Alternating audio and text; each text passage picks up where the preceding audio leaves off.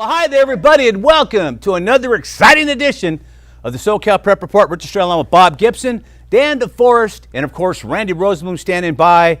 And this is the final SoCal Prep Report of the season. So we're going to be going an hour tonight. We have a jam-packed We have a jam-packed show tonight. I'm thinking ahead, right? We're going to be talking about phones later. Yes, we are. We're just talking about that. But anyways, a lot to get in tonight. Of course, there's a lot of playoff games going on, believe it or not, even though a lot of people have graduated already, but they're still playing. They got a fifth year of eligibility. We're going to talk about that too. But anyways, I'd like to welcome our cast and crew. Everybody, let's pop on and say hi to everybody so they can see who we're talking about. But look at that group. Fellas, I did not think we were going to be back on the air this season, man. I had lost all faith, but here we are, and we're able to get in basically, about maybe, I don't know, what did we do, Bob? We got a little bit of football in. We got just about everybody got something to do. I think we got just about everything, didn't we? Everybody got in, which I was very happy to see. But it's very fragmented. We all feel off, It's nothing's been like, we're talking about football in March, and it's just crazy. And it was a crazy year. And to go this far into now we're going to be in July real quick and just barely finishing up the high school sporting events. It's just nuts, guys. But we got through it. And Bob, I got to ask you, man, did you think we'd be here now? No, I did not. There you go. Not alone. Cautiously hopeful that we would get to this point, but no, I didn't think we'd get any kind of what we ended up getting this kind of a season. I mean, things just went from 0 to 100. It felt like overnight in a way. I mean, I'd let everybody else chime in too, but we all of a sudden got to open up, and then boom, everything really opened up, and we got a whole lot of sports. So it ended up being a fun year. It really did. And a lot of people don't know this about Dan DeForest, but if it wasn't for Dan DeForest, there would have been no basketball season this year. Dan, how did you get that? How did you make that happen? Who'd you threaten? I pulled some strings. I got it all done for us. But yeah, great basketball season. Really fun to watch, both the boys and the girls, and just glad they got to have just about a full season, and they're in playoffs, and it's really ramping up, and they're excited. So got some big games coming up this weekend, so it'll be great to watch. Right on. And, of course, Randy, man, I know you're chomping at the bit. You've been calling basketball, all during basketball season, kind of a extended basketball season, but you're still out there calling games. So glad to have you back. We're gonna go to you with the LA City section stuff. Of course, big story. Ed Azam stepping down. I thought that was big news to me. Yeah, he steps down with 932 career victories. That's the most in the history of the LA City section. He finishes with 15 city titles, one shy of Willie West's all-time record at Crenshaw of 16. He had an opportunity to get his 16th, but Birmingham found a way at Westchester to beat him 73-68. But Ed's a teacher. He had a magnificent career. He bills himself as a teacher more than a coach. 42 years of excellence, so many great players, so many great teams, and he was so well liked at the end of his career. And he went out like a very, very, very nice, personable guy. He was humbled at the end. He took the loss with grace against Birmingham, and he's just a fine gentleman, and he'll be long remembered. He'll be a legendary figure in the LA City section. No question about it. Absolutely, nationwide, too. It's a big void, Randy. It really does leave a big void. I mean, none of us can remember covering a basketball season, I don't think, without Ed Azam being involved in it somehow, one way or another. And I think in the back of people's minds, you worry, hey, is this Westchester program going to suffer from losing Ed Azam? But what do we know about who's going to step up and fill the void? One of the assistant coaches will undoubtedly get the job, so they'll hire from within. Westchester will be Westchester. He's built the program. You go into the arena, you see all the championship banners. So the Comets will be back. They're going to have to replace a lot of fine players, but there is some talent on campus. They won't be as good this year, at least not on paper, unless they get some transfers for the new coach. But the program's built, and everybody knows about Westchester. And again, too, when you think about Ed Azam, you think about all the great confrontations with Fairfax, the greatest rivalry in high school basketball in Southern California for so many years, and the battles he had with Harvey Catani, and now Harvey's at Rolling Hills Prep. But they went mano a mano in the coaching box for so many years, and they both had some great victories against one another. But Ed Azam and Harvey Catani are kind of linked together with that Fairfax-Westchester rivalry. Without a doubt. Randy, don't they go back to high school? Didn't they go to high school, same high school together? They went to, I believe, junior high school together, and they were Okay. friends. So they played together at one point in basketball. So they're close friends, and in a way, I guess it's interesting that Harvey stepped away and went to Rolling Hills Prep, so they didn't have to try to beat each other every year. But it was a respectful rivalry. The two guys were very close friends, and still One are. of the biggest rivalries in high school sports and basketball, Westchester Fairfax. Every year, big game. And those guys back in the day, they compete with anybody. Didn't matter. They could compete with the Southern I Section mean, school. Zam has 6 state championships. I believe Harvey won 2 at Fairfax. So between the two of them, they won 8 state titles. But Ed Zam won 6 state championships. That's the high rent district when you're winning 6 state titles. There's no question about it. And he was the best team. I think his last team that won it was 2010. They were the best team in the state, and they had some teams that were nationally ranked and highly nationally ranked. You'd think he would have hung around to get 1,000, man. Yeah, there's 2 guys ahead of him. Michael LeDuc of Damien is closing in on 1,000, just short of 1,000. LeDuc's done a great job with the Damien program, and of course, Coach McKnight, Gary McKnight, is closing in on 1,200 and is 4th all-time in the history of high school basketball, number 1 all-time in the state of California at modern day. So, yeah, he's currently 3rd in the history of the state behind LeDuc, and he finishes behind McKnight as well. Wow. Big news coming out of the city section, man. It's another era gone by. Randy, I was talking with the commissioner yesterday in his office, earlier this week, and we were talking about how a lot of the icons are gone, man. Marion Atsich passed, Jack Malstead passed this year, a lot of other guys stepping down. I can't remember the guy's name, but Charter Oak Bob, you helped me out with that one. Anyways, Lou Farrar. Yeah, Lou Farrar. Lou Farrar passed away. Don't even know I could forget Lou Farrar. He's been on our show back in the day with Prep Sports Night Live. He used to come in with his kids, and a lot of icons. These guys all have 300+ wins, and of course, Coach Zam approaching 1,000. So a lot of the old guard, man, is just going, and it's tough to see. It's tough to see, especially we've been there for a long time watching this. I don't think we're going to see that again. I think once this current group that you and I and Bob and Dan has seen over the years, once the veteran coaches leave, I don't think you're going to see 20 and 30-year reigns anymore.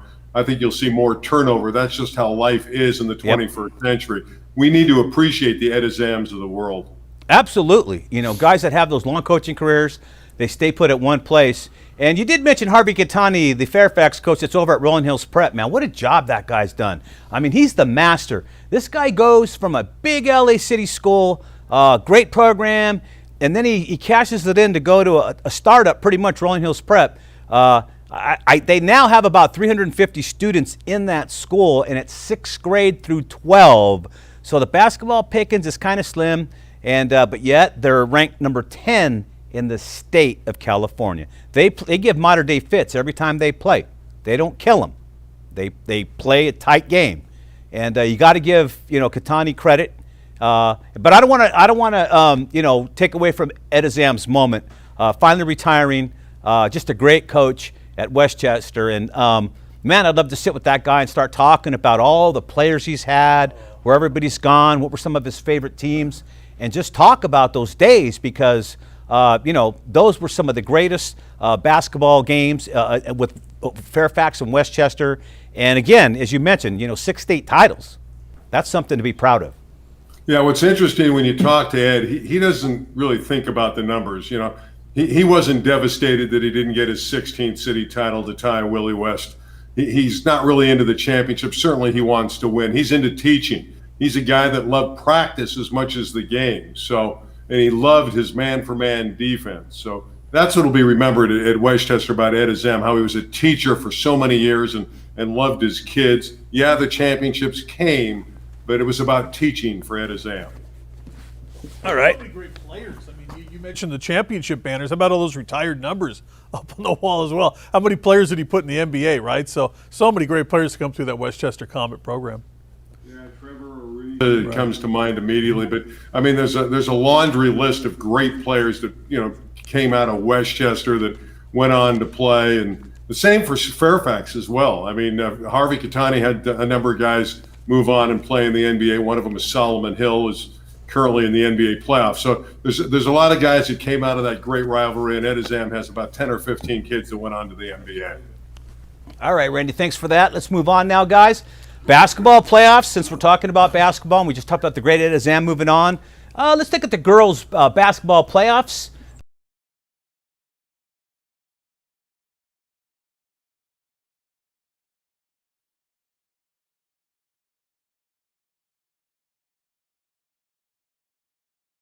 We got Centennial, you know they're chomping at the bit, right? To lose at home on a last-second three-pointer to Mater Dei. You know they'd love nothing more now to turn the table, go down to Mater Dei, which they'll play now at the Murillo Center down there in Santa Ana on the Mater Dei campus. Centennial would like nothing more than to return the favor and win that regional championship on Mater Dei's home floor, like Mater Dei won the CIF title on their home floor. It has to be this way. These are the two best teams anywhere that you're going to find. I'm talking anywhere, right? Anywhere in the nation. These are probably two of the better teams you're going to see, and it had to come down to these last two for this final game. And what a way for both teams to go out. You know, and it would almost be prophetic, too. If Mater Dei got a CIF title, maybe Centennial gets a regional title, I think everybody would walk away smiling. But certainly Mater Dei is such a good team. So I wouldn't be surprised to see them double up on this. And Bob, and I got to come tell with you, another man, you know how it is. It's hard to beat great teams twice in the same season. is. And especially No, in the it same really week.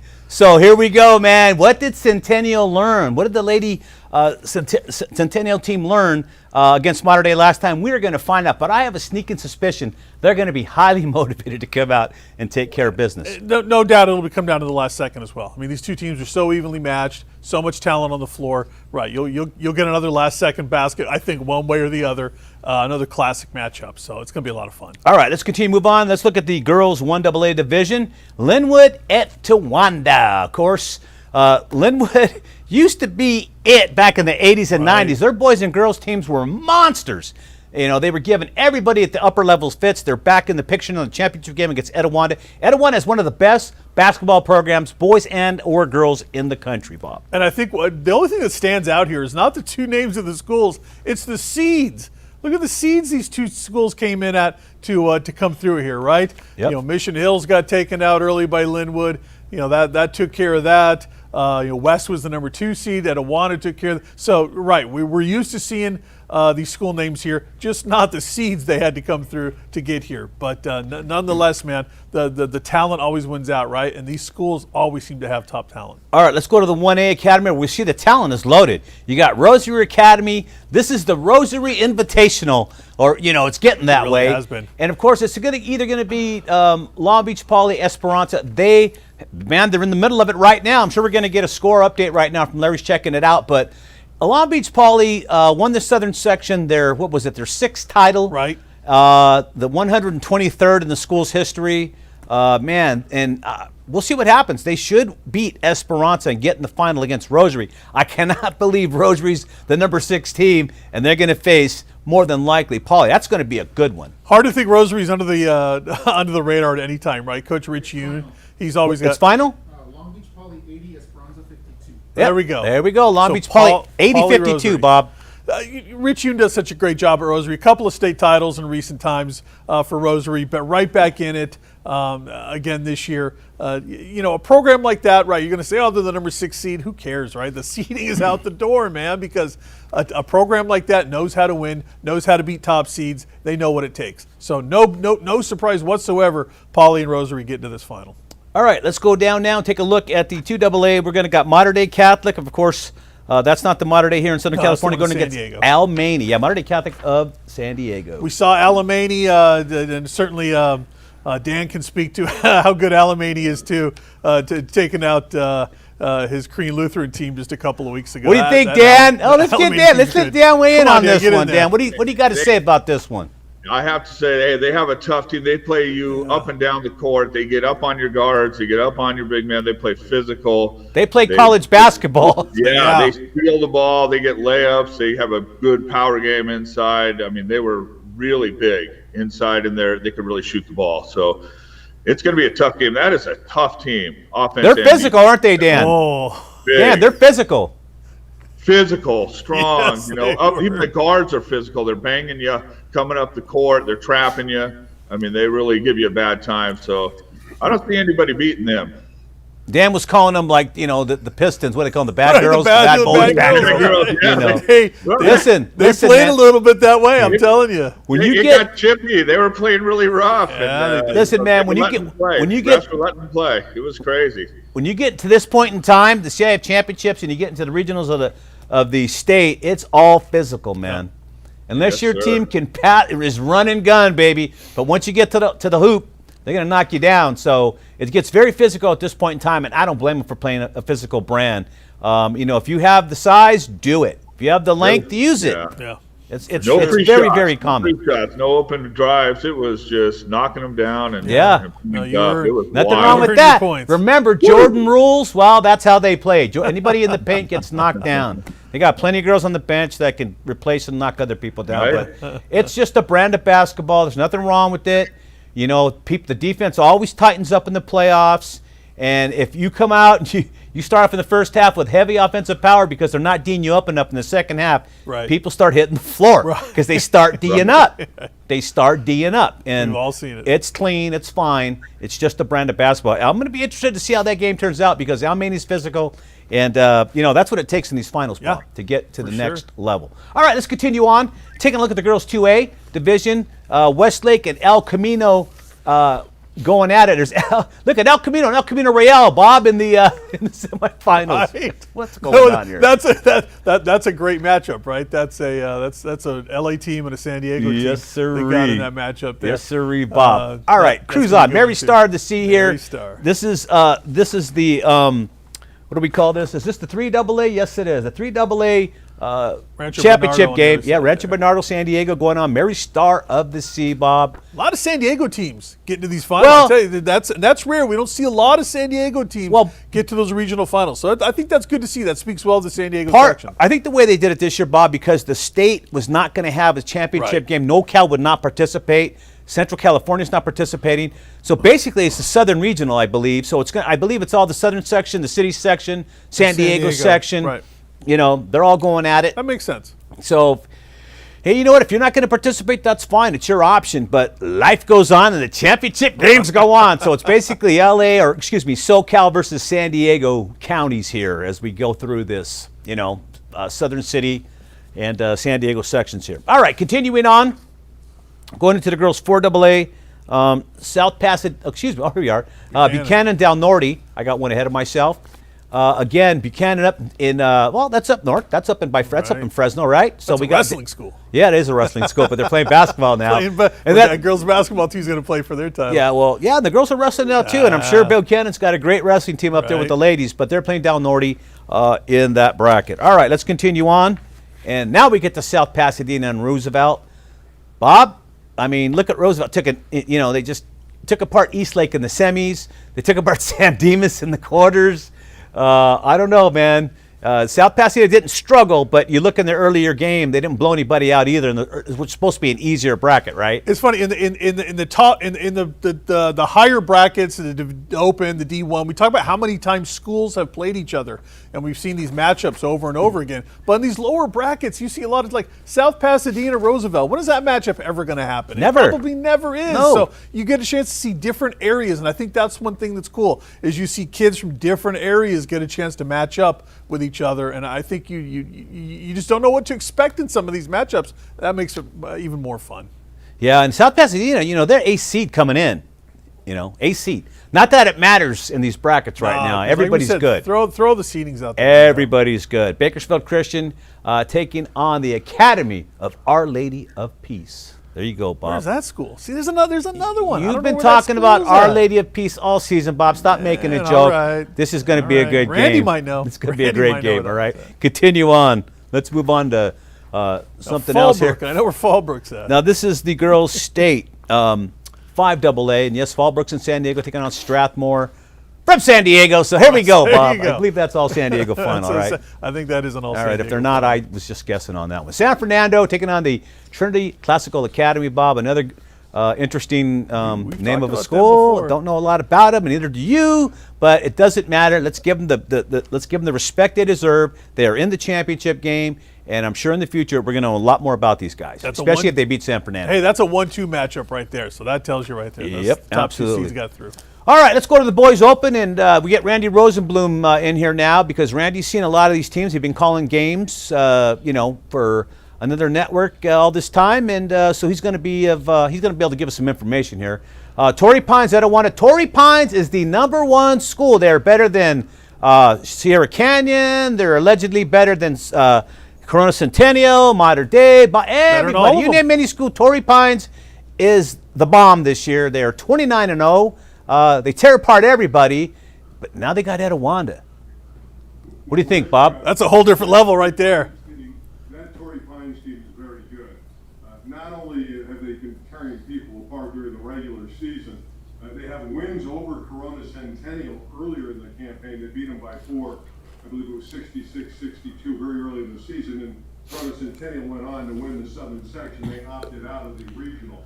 So that was a great win for Torrey Pines. And then in the semifinals, they just toyed with Damien and held Malik Thomas, the great SC future star of Damien, to just 10 points and routed him. So that was a statement right there that they were able to do that to Damien. Now Etiwanda comes a calling. They finally get by Sierra Canyon. They had lost 5 straight to the Trailblazers. So this is an Etiwanda team that's getting great young guard play from Jimmy Baker. Meshack inside is a force who's going to Tennessee. This will be another test for Torrey Pines. But again, Torrey Pines, being the #1 seed, gets to host the game. It's going to be difficult. Etiwanda is a great defensive team. It's going to be a heck of a battle, but you got to favor Torrey Pines playing at home. Hey, Randy, am I nuts to think, though, that Etiwanda is peaking at the right time, right? That win over Sierra Canyon was huge. Are they peaking at a time where they to take this shot against Torrey Pines? This would be the time to take that shot, and you got every chance to think Etiwanda's got a chance to win this game. I'll answer it. Bob, you're nuts. Go ahead, Randy, with the rest of it. Well, the key here is that, Etiwanda, we knew their front line was going to be really good. They had veteran, talented players, but they had a couple of young guards, and it took them a while to get going. And again, I mentioned Jimmy Baker. This kid is a freshman, I believe, or maybe a sophomore, but he's sensational, and he's getting better and better and better for Dave Kleckner. And now when you get guard play like that to go with the inside play, yeah, they are peaking. And they also learned from the earlier loss the week before in the CIF Southern Section pool play when they lost 82-76 to Sierra Canyon. So they knew what to expect from Amari Bailey, who had another great game, the great star of the Trailblazers. But they went right back to the same arena, not only reversed the decision, it was the same score. This time, Etiwanda beat Sierra Canyon 82-76. So they learned from the last loss, and yes, Etiwanda's coming on. Torrey Pines has a great chance to win, but Etiwanda certainly has an opportunity to win here. And if you're Dave Kleckner, who's never been able to get over the hump in the regional, this is his chance to win a regional championship, but he has to go through an undefeated team on the road at Torrey Pines. Not an easy assignment. And you're right, the way they destroyed Damien had a heck of a year. Damien was a great basketball team this year, and Torrey Pines, you're right, just destroyed them. So who knows? Yeah, they took them apart. Randy knows. He's seen them all. Randy, He's true. watching them all. Let's go to the 1AA. And there you go, ribbit. We got the Frog Academy against Bosco, and they are the Frogs, by the way. They're not Cantarranas, the gang, the singing frogs, but it is the Rebbe Academy, and they're taking on Bosco. I was impressed with Rebbe Academy, Randy, when they had in the playoffs. They gave Sierra Canyon all they can handle for a half, and then Sierra Canyon just turned it on and tore them up. It was kind of disheartening to see Rebbe Academy play so well, but then just get tore up in the second half and lose by a ton. Bosco has improved all their sports, Bob. Football, basketball, wrestling, everything has improved at that school. This will be a good matchup. Bosco plays in the Trinity League. They're seasoned. I don't know where this one's going to go. I just don't. What do you think, Randy? Well, it's a rematch from last week in pool play. And it happened to be an all-candor game that really didn't matter. Neither team was going to win the CIF Southern Section at that point. They were out of pool play contention. I don't want to try to go over the dynamics of that. In that game, Rebbe Academy lost to St. John Bosco by 10. Now they come back and they meet in the D1 final. They didn't get to the open division, only the top 8 teams, and so they go down to Division 1, and now you see the result. These two powerhouses who are very good open division regular season teams playing D1 in the regional, go all the way to the finals. I think it's a picket game. If Scotty Washington hits jump shots for St. John Bosco, they're very difficult to beat. On the other hand, there's some great talent at Rebay Academy. Trey White is terrific. Barrington Hargress, their point guard and underclassman, is phenomenal. Tyler Powell is another player who's going to play at Seton Hall. So there's talent at Rebay Academy, but again, they're playing on the road. And if Washington hits shots for the Braves of St. John Bosco, they got a great chance to win at home. But I think you're right. I think that one's going down to the wire. That really was my favorite bracket of all of them, Brandy. I loved it because it was so wide open. You look at when that bracket started. I mean, Westchester was the top seed. They get a bye. They get wiped out there in that Right. second. That could have gone 12 different ways, that bracket. So we're not surprised to see that matchup, but we wouldn't have been surprised to see any of 3 or 4 other matchups in this final either. Yeah, that's 2 years in a row, by the way. Westchester ended their season in state tournament play, losing to Rebay Academy, and neither one of the games were close. So I'm sure when Ed Azam goes back and starts thinking about his career, the fact that his last 2 seasons were ended by the Fighting Frogs of Rebay Academy. The Fighting Frogs. Ribbit. That used to be the old Paternoster High School, wasn't it, Randy? Yeah, that's who. You're right on. They changed it or somebody sold it or something. I love the Fighting Frogs. When I was working one of their games, I threw that nickname out there 25 times. Just love it. The Fighting Frogs. All right, continue on. Next bracket, what's up here? We got the boys 1A. Capital Valley, unbelievable, getting in there against Santa Fe Christian. Man, Santa Fe Christian used to be it, and they're still up there, Bob. Yep. No, They're not playing. Right. You don't see other Weren't the Mobley brothers there? Well, it's funny. Other than the Trinity League teams in Orange County, you're not seeing a lot of Orange County basketball really make that jump now. Crean Lutheran here's Crean Lutheran's another Orange County now making the jump on the girls and boys side, right? Crean's going to play for a regional final here as well. But good to see a public school in Orange County make their way in because you don't see that too often anymore. Well, there you see Crean And here it Lutheran, is. the boys 2AA here. Another great matchup. I love this one. Man, they beat Los Altos without Jared. Right? Jared Lucas. And By the way, he killed it at Oregon State this year, didn't he? How many people said, Lucas, he's not going to really. No, man, kid, we knew that kid was going to do some big things up there. Yeah. And these schools locally down here in SoCal missed out on a good talent. Yeah, Jared They Lucas, missed man. out, man. They This let kid, him get to Oregon. They shouldn't have done that. This kid's phenomenal, and the thing about him is he has his head about himself. Yeah, good kid. Not wild. He's not big on social media. Look at me. I'm dancing around. No, the dude's all about basketball, and he's doing. Oregon State's getting their money's worth with that scholarship they gave him. Look, Crean Lutheran in this matchup is so talented. Just to get back to the matchup really quick. So talented. Santa Margarita, though, of course, we always talk about these teams in the Trinity League. Battle tested in the Trinity, right? That counts for a lot. So a much better matchup than you might think with Santa Margarita being a lower seed down there. Throw that up, as we said, that's gone, right? But I think Crean wins this game because, man, that Crean team, you've seen them, Dan. You've seen the boys this year. It's going to be rocking. They have a lot of height inside. They got a 6'11" center and another 6'9" forward who can shoot outside, inside. They're gonna really play hard, and I think the stadium's gonna be rocking tomorrow night. Coac Keat, it's gonna be. I think they're gonna take them. Yeah, Coac. Yeah, I may be pronouncing that. I may be butchering. Yeah, his name. I apologize yours for looks that. like KK, but the kid from Renaissance Academy. He was at Renaissance Academy a year ago. Now at Crean and just blowing up there as a He is so a good. big Yes, time guy. those guys Really, are so really good good. player. Excellent player. All right, you guys All right. beat this. You guys beat this to death already. I think we hit that from every angle. All right, there. just I think making we're good. sure now. I don't want to leave anybody here going, "Hey, Rich, I had something to say," and you cut me off right away. You didn't let me get I in. know Randy's chomping at the bit in there. Okay, we got Central against Mater Dei Catholic. What's the common denominator here again? Mater Dei Catholic. The girls team is in the finals, right? So we got the boys team in the finals. Anything called Mater Dei at this Central. point, man. Yeah, it's there's good about to go, there's right? about 6 of them across the nation. That's true. There are. So, but I think the one here in Santa Ana is pretty good. Yeah, they do okay. But anyways, yeah. Okay, we move on to Aquinas and La Costa Canyon. Larry, what are you doing? Why are you rushing this, man? You can cut back and forth every now and then. Again, get another these graphics San off Diego that screen. team in here, La Costa Canyon. I'm looking at Valley Christian, man. That's a very tiny little school in Yeah. Cerritos. I mean, literally, I think the junior high school I went to was larger than that school. But look at him, man. All right, good to see him in the semifinals. La Costa Canyon Aquinas is going to be a good game, man. What division Those is guys this? score a lot of points, both of them, but they allow the same amount too. Look at the semifinal scores. Man, it's going to be a good one. All right, continue on. Let's move on. What are we up to now there, Larry? Okay, this is Boys the one that here's the matchup. We got Chalavet and Bonita Vista. This had a little bit of controversy surrounding it because this game almost didn't get played. And if you're following on Twitter at all today, there was a lot of drama going on.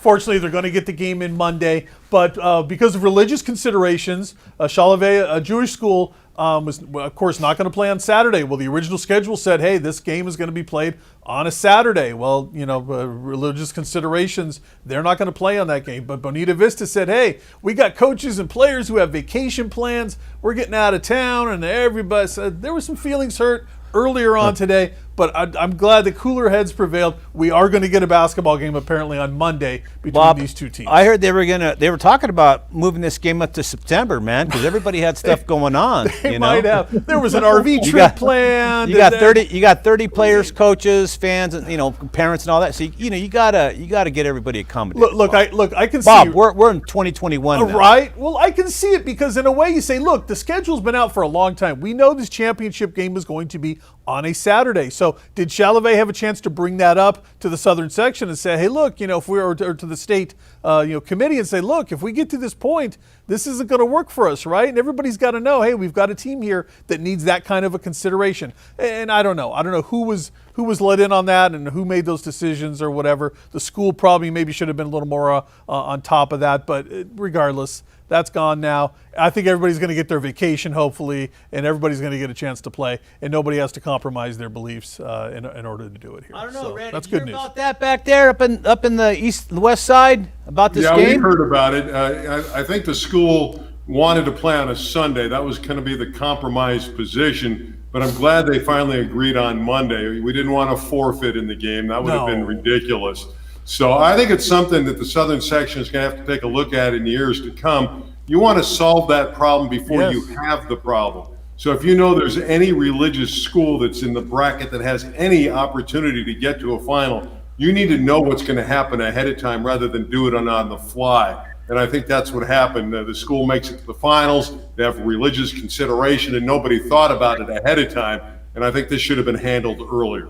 Well, Randy, this isn't your typical season, so you can't really blame anybody, Southern Section of the state, because this isn't normal. We shouldn't even be doing basketball right now. You know that. But it is a good lesson for a religious school to get that ironed out before they go into the tournament with the section that they happen to be in. So in case they get to a situation where there's a design day that they can't play on, that there's a remedy going in. Well, I think that in normal times you wouldn't have this issue. I mean, you just wouldn't, because we'd be playing this, March, and then there's plenty of Saturdays and Fridays available. But, it is what it is, and at least they accommodated, so everybody's going to be happy. Yeah, sure. And it's funny. One school it's about religion, the other school it's about vacation. So, I mean, I don't know where you draw the line on that. I mean, Hey, everybody's Take a got religious vacation. Right? Yeah, I mean, maybe some people are taking off to the homeland for a little bit for vacation. I don't blame anybody, man. It's been a long year. We're all tired. We want to start over in September. The chance anyone gets to get a vacation to go somewhere to mean something. August. That's true. Yeah. All right. Larry wants us to move on, let's move. Let's go. Here we go. Is that Jim that wants us to move on over here now? Larry, you're going to get a new name. Oh, no. Don't do that to him. I'm kidding with him. He knows it. Get out of here. Linfield Christian San Isidro, of course, from San Diego. Deep down in San Diego. And that's going to be at Murrieta Mesa High School. So, that'd be a good matchup. 4 versus 6 there. Again, I really don't think 1 versus 8, there's much of a gap. So we'll see what happens. Both had a good semifinal matchup. I love when you get a 4 and a 6 matchup, right? That makes it even more fun, I think, because the top seeds. Maybe they had the little hangover from their championship games, whatever. A couple schools maybe sneak in there, and then you Bob, get them in the matchup. but look at the semifinal matchup. A 4 and 8, it's a 4-point win, 61-57, and then on the 2 and 6, it's 60-55. Right. I mean, they scored the same identical amount of points, to win in the semis. They allowed this pretty much the same amount of points within 2 on each side. Where was 1 that? and 2. San Ysidro Chatsworth. Somebody traveled about 7.5 hours to get to that game, right? I mean, think about how far apart those two schools are. Somebody had an all-day travel on a bus. Bob, I've seen like Yakaipa go all the way out to Tehachapi, We've man. seen a bunch of these type of matchups, but I always laugh when you see those because, right, somebody spent a lot of time on a bus going Bob, somewhere. We talked with Robbie about all this stuff going, with Commissioner Wigod. Wigod, Yeah, and it's still great because the games are better. Yeah. We're seeing stuff we wouldn't normally see, but sometimes in the first round you do have to hop a plane to play, in the playoffs. So, it's just normalcy now. Such a huge Kids are getting prepped for the big time. All right, let's continue on to finish these brackets. We got to get to the interview with Commissioner Wigod and wrap things up. Coronado versus Orange Glen, Bob, 1 versus 2. Nothing fishy there. Ought to be a good final. We see Orange Glen all over the place now, man. That's a school to keep an eye on for sure because every time we talk about playoff brackets, I don't care what sport we're talking about, I see Orange Glen in there all the time. So this is a school that's really put themselves squarely on the map. 5AA, Roosevelt against Sage Creek, Bob. Another 1-2. 1-2, you got to like that. Costa Mesa, one of the old schools I covered back in the day. They tried to sneak in there to a regional final. It's been 100 years since the 93 girls for Costa Mesa that got They got whipped, Bob. Little personal deal there for me. So. I know. Good to see a Costa Mesa. I don't blame you for sticking up for the homeland there, Bob. Your alma mater. For years. Kingsburg against Washington Union. This is the 5A division final. And again, this is a 1-7. Not quite the 1-2, but again, like we said, and we'll say it again, there's not much difference between 1 versus 7 or 8. Hey, 7 knocks out a 3 by 2 points, right? Next thing you know, you get a great matchup in the championship. There's so many games, and we can't see them on TV. We can't get to all of them, so forgive us if we don't have a lot of details on these ball games. Of course, and the last one, the boys 6AA, Fowler taking on Maranatha Christian, Bob. Fowler. You got me on that one. Maranatha I'm more familiar with. Fowler, I got no clue. Nothing to tell you. Bell was in there. Yeah, Bell was in there. Let's go to Randy with that. Bell had their shot here, right, Randy? Well, yeah, they did after winning the city championship and limiting Monroe to 24 points in the city title game. Did you get that score right? Remember, you told Coach last week what that score was going to be. He said they were going to win, though. Bell would win it, right? Yeah, I said Bell would win. I said they'd score 62, and they did, but I thought the other squad, Monroe, would score 41. He scored only 24. Right. So he did a tremendous defensive Coach job. really did a number there, right? Hey, what happened to my sheet here? I must have a mistake here. No, we're talking about the CIF. Oh, the CIF. Okay, I take it back. Not the game they lost. Sorry, Randy and I are skipping around here. All right. So we're talking about the CIF championship win. You guys are going off the script like we even had one, but all right. Right. But Bell got knocked out pretty big here in this regional. All right. Enough of this nonsense. We just updated everybody on the basketball right now as best we can. I know there's was one game tonight, and of course Long Beach Poly won, so they're going into the finals. Anyways, we talked. Commissioner Robbie Wigod, you going to set that up now, Larry? Can we? Ready. All right, so we got down to the CIF Southern Section office and talked with Commissioner Wigod, and I'll tell you guys, man, I do not envy the commissioner having to go through this COVID business, We sat there, we're talking off the cuff and talking about how, they were getting directives from the state of California Health Department, not the normal channels. They would plan for, say, okay, we can't open in September, maybe by October, then it moved to November, Thanksgiving, then it was December, and then it moved to January, and then finally in March, but each step of the way, these guys are making all these plans and trying to get, things going, and then they keep getting snuffed out. So we went down, talked to Commissioner Wigod about how things went this year and what we're looking forward to in the future come September. All right, we're in the commissioner's office with the commissioner, Robbie Wigod. And Commissioner Wigod, thank you for joining us today. We really appreciate your time. This is crazy times for you, man. You had 30 championships in one semester? That doesn't happen. No, it doesn't. And thanks for having me, Rich. Always good to be with you. And, it was just an unprecedented time for a long time. And so when we finally got the opportunity to do what we love to do, and of course what we will love our student athletes to do, then it was full speed ahead. And I think we have over 100 divisional championships awarded between May 21st and this coming weekend. Wow, that's I think crazy. Across 19 sports for boys and girls. But everywhere I'm going and everything that we're doing has been greeted with thanks and appreciation that we're actually able to do it. So let's talk about this unprecedented time.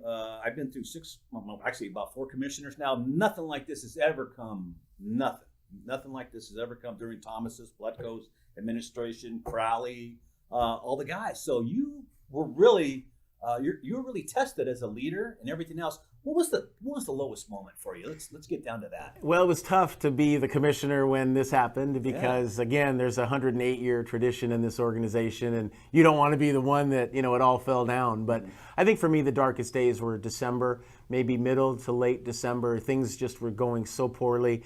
The numbers of cases and deaths and hospitalizations were just skyrocketing at that time, and it was really difficult to see that we would ever get an opportunity to have sports come back. But I even felt at that time we could still hold on to some hope, and we were looking for some improvement. And then, of course, I think the biggest thing we all have to agree is that the vaccines became the game changer, and when that started to get involved, and we started to see that there may be a chance. But I would be honest in saying mid to late December, early January were definitely those days where we just, can this ever happen? And another season or a whole school year would actually be lost for the student athletes. Yeah, for me, I think it was pretty telling when, football, and let's face it, football in America is pretty much king still. I mean, there's big attendance, big team sport. You have a lot of participants.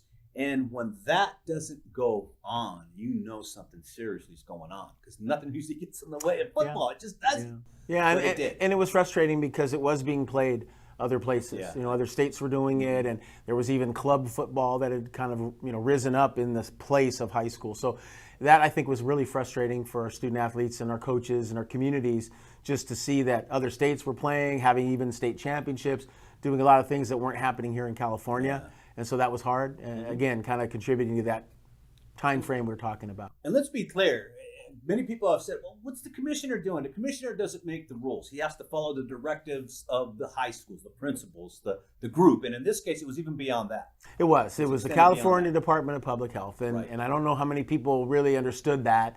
The CIF and all of us wanted to play. We wanted to have. Were holding them back. Well, we had plans and other plans and always just waiting for the opportunity. Right. And what we did was we kept advocating with them and meeting with them, doing all we could to let them know, give us the opportunity. We'll do it right. Got to be frustrating though, because you're planning for the fall, and they say, okay, we got to extend it. Maybe we'll get out this time, and then we got to move the line again, and it's got to be just exactly. That's what it was, and so it was hard we're used to being in control of what we do, right, and then to have another entity really be responsible for that.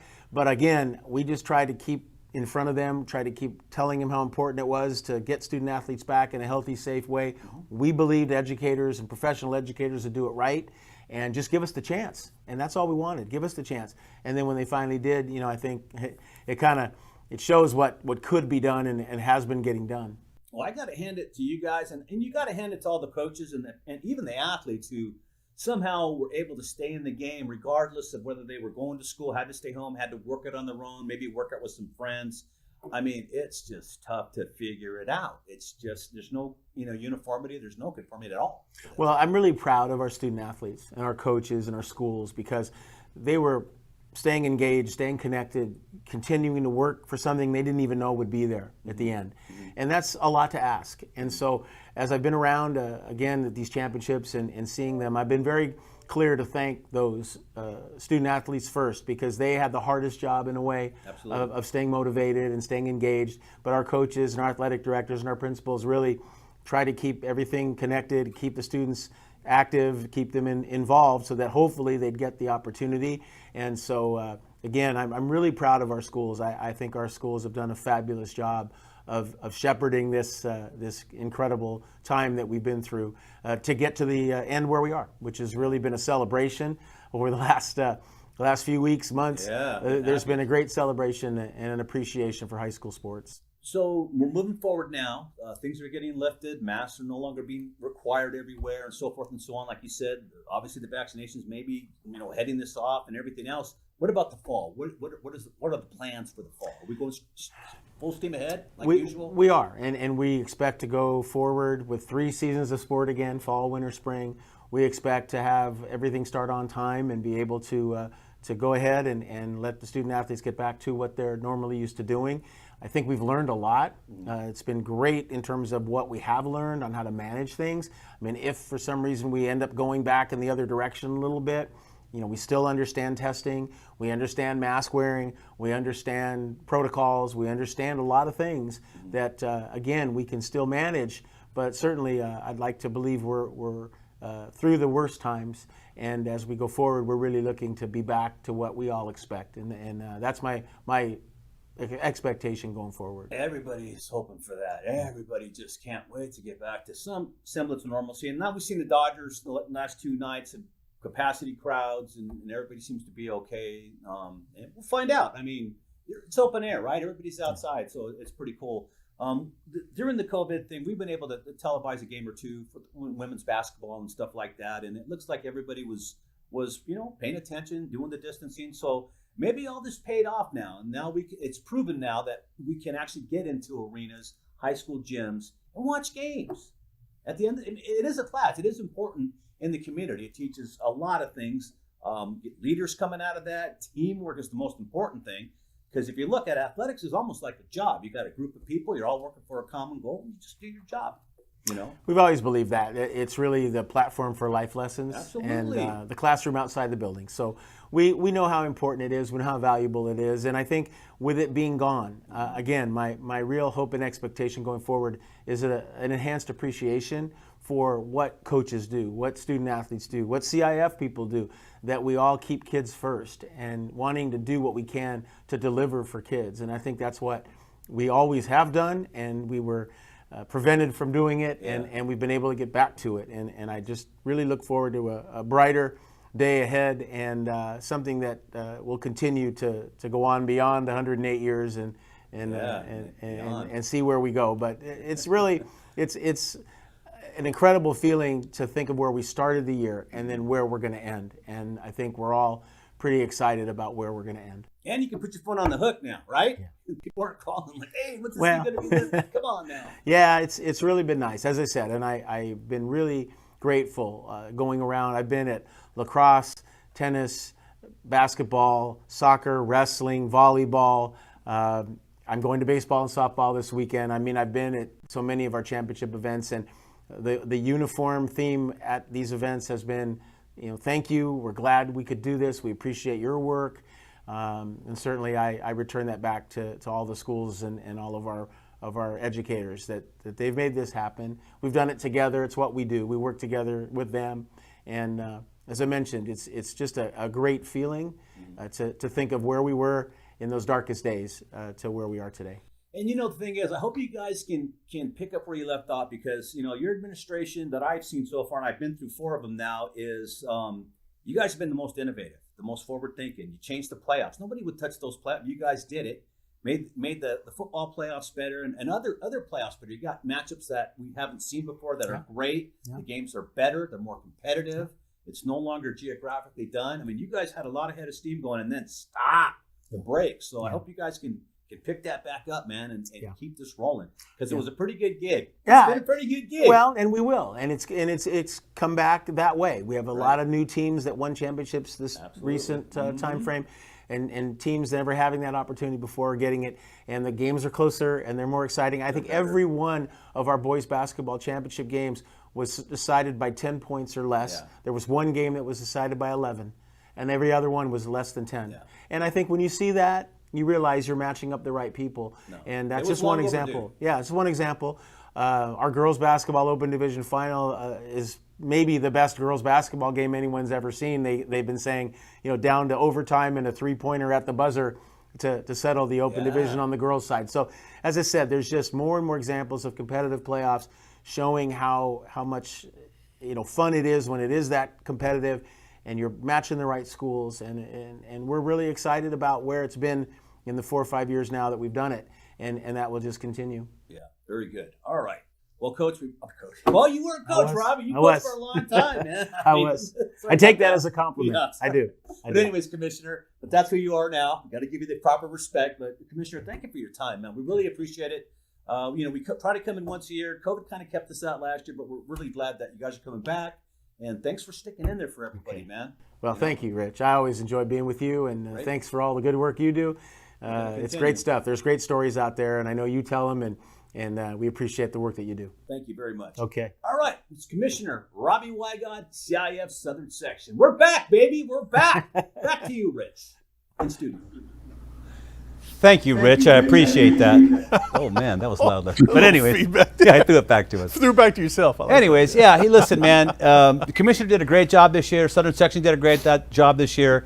City Section, you know, they had to work hard too. They kept it together. They did a fantastic job as well. And they have less resources than the Southern Section, as you know. But I got to commend the leadership of both the Southern and the City Section, the commissioners, the people that work in the office, that stuck in there, hung in there, did all the planning and all the other good stuff for those guys not giving up, man. Because it might have been easy to cut and run, Bob. I know you would have. Yeah, Conti would have for sure.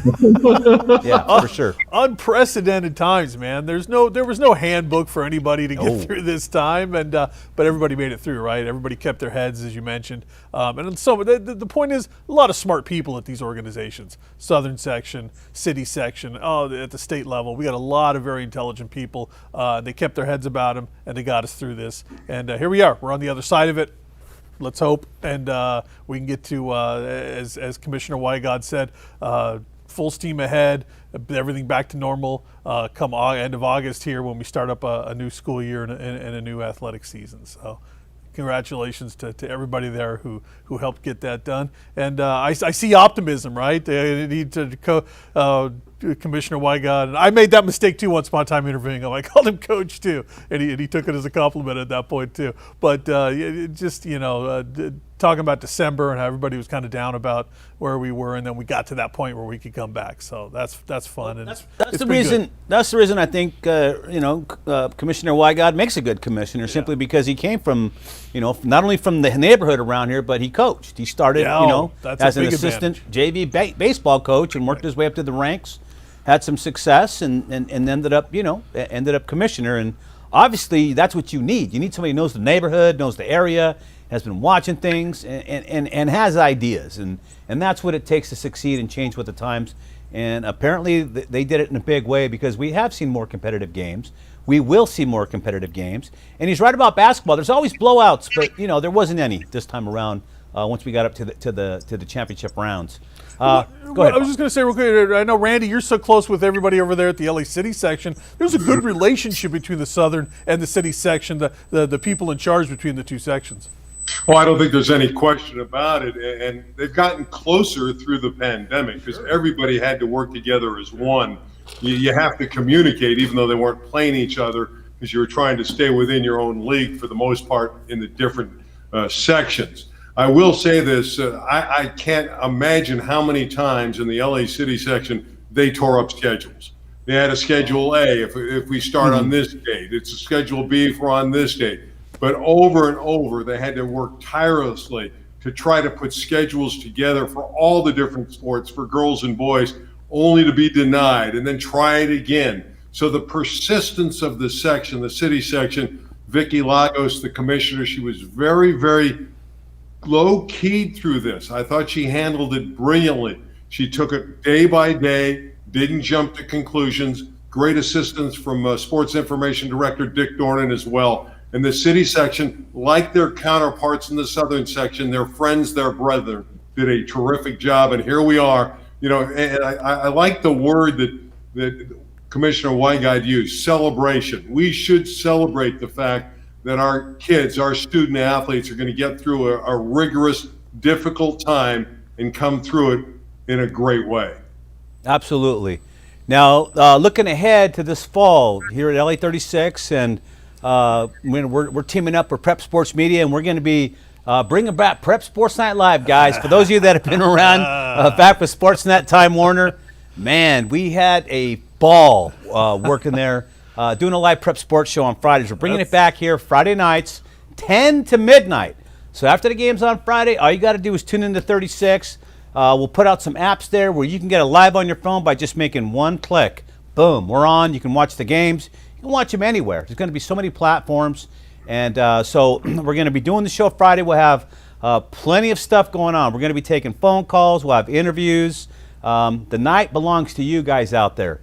Anybody who wants to call in, anybody who wants to have a little bit of pub, maybe you got some highlights you want to send us, within reason now, there are rules. We'll be happy. We'll be happy to do it.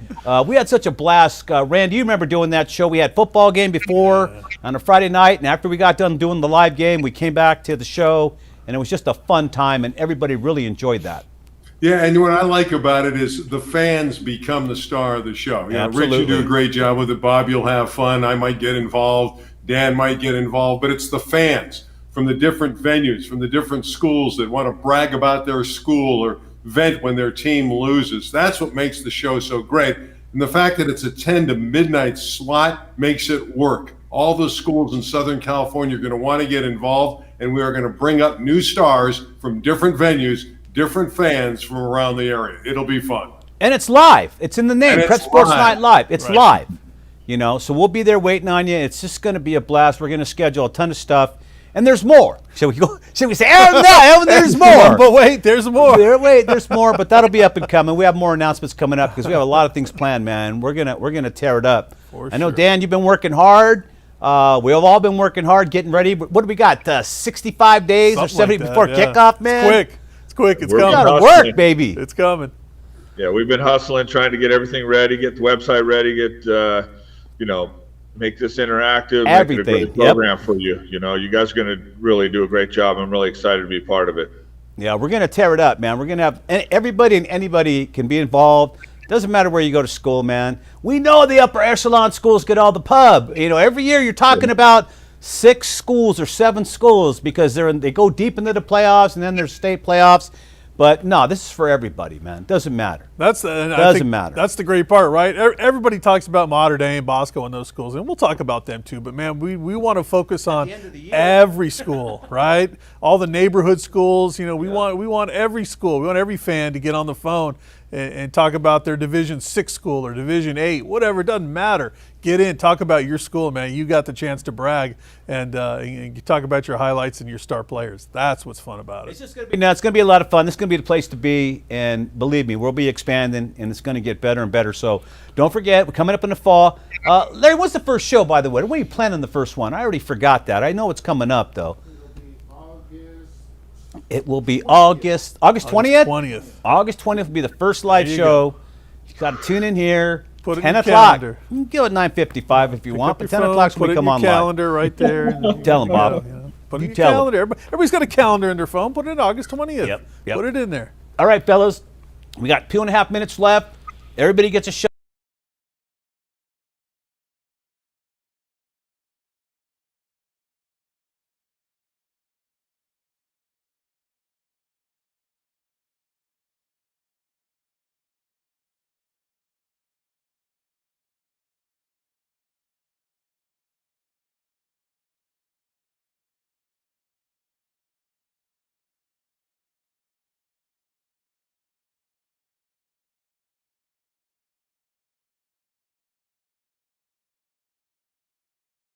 Here, now they're glamming onto the high schools. It's amazing, isn't it, Bob? It's crazy. Why are they doing this? Who would have thought we'd get to this point? But you know what? LeBron James' kid is on the team, so you know what? That's going to bring with it a certain level of hype and a certain level of circus atmosphere, for lack of a better term. Spike Lee, Jack Nicholson. I mean, these are real people that enjoy the game, but you got a guy like Drake and Kevin Hart. They're just there to be seen and be identified with the team. And you can't have that. You're just a fan. I liked it when Kevin Hart got kicked off that. He was trying to get on the dais after the Super Bowl. They threw him out. Right? Get out of here. Who the think you are? And then Drake trying to get in a locker room one time. Didn't they throw him out of a locker room? Yeah, I think trying to get in a Clippers right. locker room or something. I think you might be right. They threw him out. So get out of here. Now they're kicking him out of Sierra Canyon now. I don't know what else to say, man, but that's what they get. All right, well, so much for that minute for everybody. There we go. It's about 10 seconds for everybody. Thank you, Larry. Just thank you for that, man. You're crazy. Listen, I want to thank Bob. I want to thank you, of course, for making another successful season this season, despite the COVID situation. Right. I'm glad we got to do it. Randy, your work is stellar as always. Really appreciate what you do, and looking forward to having you on our team come, in the fall. I know you're going to kill it, so I don't even have to say anything else, Randy. Great job as always. And Dan, just keep smiling, my brother. No, Dan, thanks for helping us out this year. Dan's ready to go. Looking forward to the fall when you will be busy doing so many interviews, man. We're looking forward to it. Your head's going to explode. So excited. Yeah. It's Now gonna the be real good. work's going to start. Let's see if you're going to be smiling then. It's gonna be Let's good. do it. Listen, on behalf of Dan, Randy, Bob, myself, thanks for joining us all season. We're coming back at August 20th. August 20th. August 20th. All right. Maybe even August 19th, Bob. We don't know never yet. know. We're working on the You 19th never too. know. So, all right. On behalf of everybody here, Larry Zavala, our producer, I'm Richard Stray saying so long from your friends here from the SoCal Prep Report. We survived, everybody. We did it. We survived.